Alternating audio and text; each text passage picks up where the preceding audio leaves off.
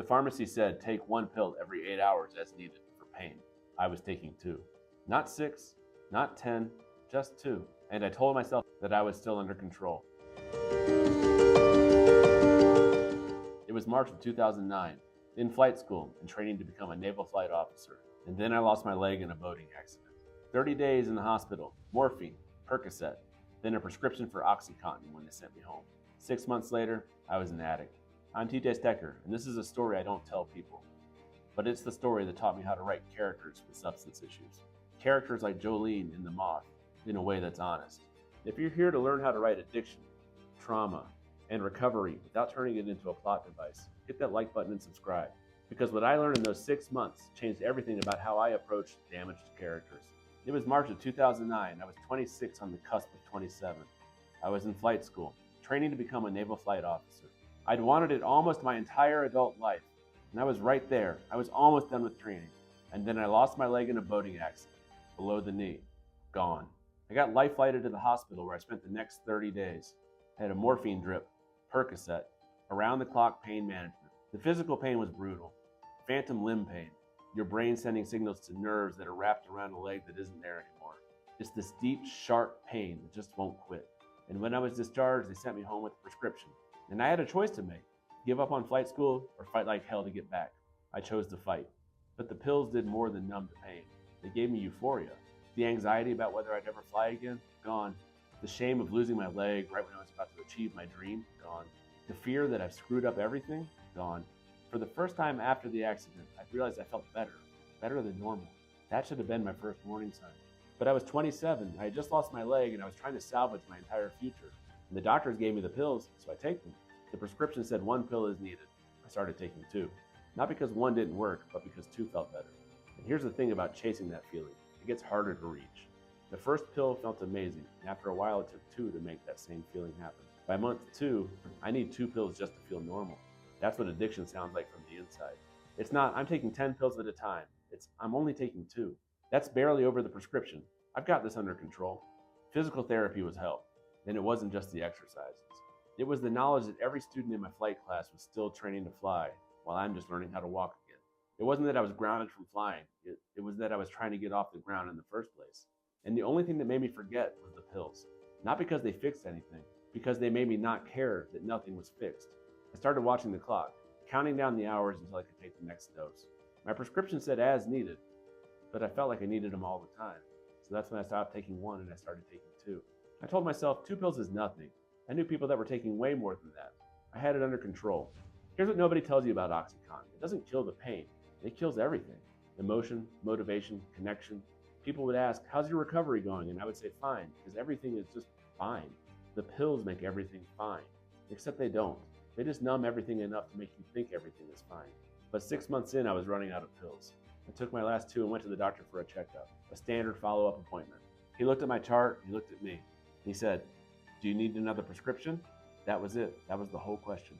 He wasn't interrogating me. He wasn't suspicious. He was just asking if I needed a refill. In that moment, I had to decide. I said, no, I don't know why. I don't know where it came from. Maybe it was the right day. Maybe it was because I still had the pills running through me from earlier. But somehow I had the willpower to be strong in that exact moment. Because now I know if I had said yes, if I had taken another prescription, it would have just kept going and getting worse. I got lucky because if he had asked me 2 hours later, I would have said yes. That moment of fortitude, that one no, it was all I had, and it was barely enough. I left his office without a prescription, and I went through 3 nights of hell. I didn't tell anyone, I didn't go to rehab, I just stopped. It was 3 nights of cold sweats, no sleep, just chastising myself for not taking the pills. But by the 4th day, I woke up and the worst of it was over. My body was still screaming for the pills, but I could think clearly enough to know I wasn't doing it anymore. I could have called the doctor back, told him I changed my mind and needed the prescription, but I didn't. Not because I was strong, but because I was terrified of what I'd become if I did. Recovery isn't a straight line. It's I quit them and now I have to learn how to manage this pain without the only thing that worked. That took months, learning what real pain management looked like. Learning that some pain doesn't go away, you just learn to live with it. So a few months later, I was at Walter Reed. I was getting fitted for my prosthetic. The physical therapist asked me, as part of her standard intake, so how much oxy are you on? I'm not, I told her. I quit. She stopped what she was doing and she looked at me. She said, you quit? On your own? And then she said, I need you to talk to every person here because they're all on it. and it isn't good. This was 2009. The opioid crisis had just started to become visible.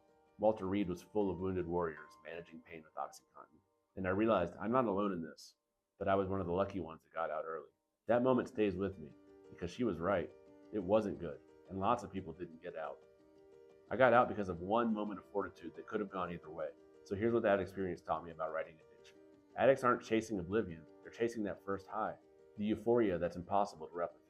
Dennis Lehane's characters who struggle with addiction, like Kenzie's partner Bubba, or the parents in Gone Baby Gone, aren't trying to destroy themselves. They're trying to feel the way they felt the first time.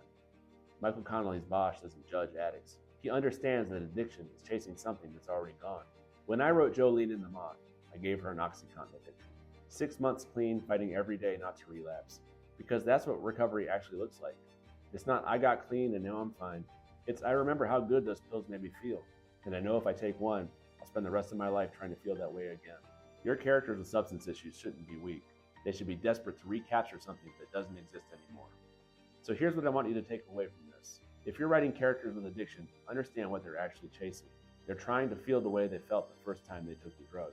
That euphoria, or that relief, that moment when everything was okay. And they'll take more and more pills, chasing something that doesn't exist anymore. Show the escalation. One pill becomes two, not because they're weak, because they're trying to replicate the unreplicable. Show the razor-thin margin between recovery and addiction. My doctor asked, do you need another prescription? If I'd said yes, who knows where I'd be. I said no because of one moment of fortitude on one specific day at one specific time. 2 hours later, I would have said yes. That's how close it is. That's how fragile recovery can be. And that's the story worth telling. In The Moth, Jolene was 6 months clean when the story starts.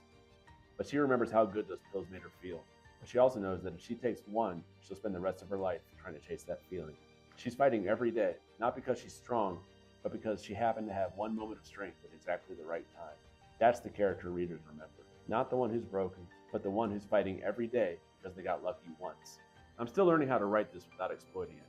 How to honor the reality of addiction without making trauma porn. If you want to follow along in that journey, head over to tjstecker.com and sign up for my newsletter. I share updates on my publication journey, craft insights, and stories like this one. And if this story resonated with you, if you've struggled with addiction or written characters who have, leave a comment. What's the most honest portrayal of addiction you've seen in fiction? And remember, we have new videos every week right here on Fireside Writer. I'll see you next time.